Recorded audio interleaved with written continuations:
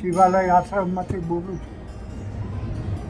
તમે બધા પ્રેમ ભરી મીઠાઈઓ લાવો છો, એનાથી વૃદ્ધો તાજા થવાને બદલે માંદા પડે. તો મહેરબાની કરીને એ પ્રથા તમે બંધ કરો ભાઈ.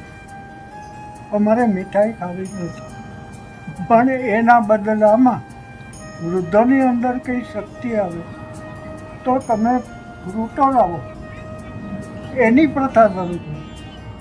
મીઠાઈ ખાવાથી તો અમે બીમાર પડીશું. જો તમારી નજર અમે જો સાહેબને માટલો દેખાડો દો, આમ સાહેબને આ માટલો દેખાડ. જો તમને નમ્ર વિનંતી કરી, બીજો હાથ તો જોડી શકાય એમ છે નહીં. એટલે મારું જે કંઈ વિચારો તમને દર્શન. મોહનથાળ, ગુંદી, ડાલડા, ઘીનું કોઈ મીઠાઈ કોઈ પ્રકારની તમે તમારા માવતરને જે ઘરે ખવડાવો એ જ સાદું ભોજન જે ઘરે બનાવીને જમાડતા હો એવું જમાડવાની પ્રથા.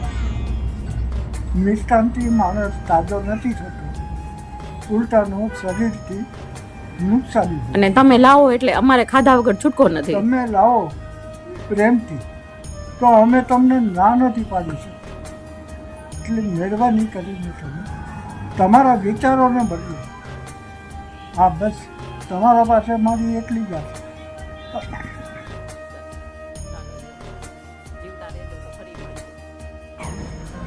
હા, હું જો આ લાડવા ખાવાના કારણે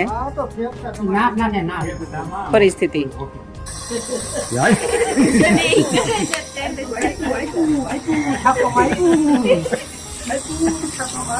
બાપુજી કેટલા લાડવા ખાધા હતા? અમારા શિવાલયમાં માનસિક બીમાર લોકો છે, એમને કઈ ખબર પડતી નથી ખાવાની. એ જે ઓલા ખાંડ વાળા લાડવા આવે છે ડાલડા ઘીના,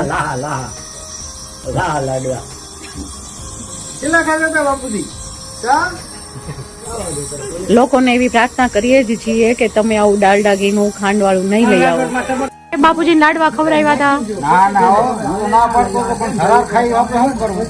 તમારી રૂબરૂમાં કેટલા લાડવા ખાધા?